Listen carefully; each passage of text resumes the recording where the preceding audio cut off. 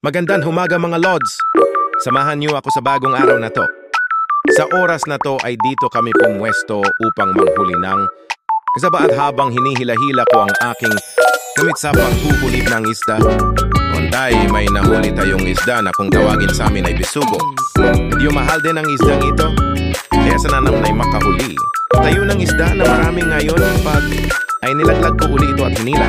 Hinila ko tapos ko nakunin ng isda sa kawil at babakasakaling meron pa tayong ay mahuli na isda. At sa pagtatyaga natin ayon, meron na naman tayong sana marami pa ito sa dagat. Nahuli at dalawa pa.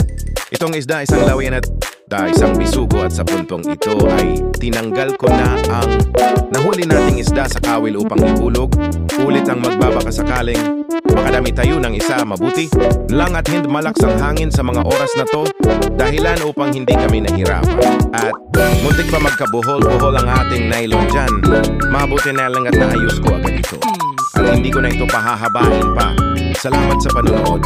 At bago ka mag-scroll, mag-iwan ka naman ng like o mag-share mo na ang video na ito. Maraming salamat ulit at magandang araw.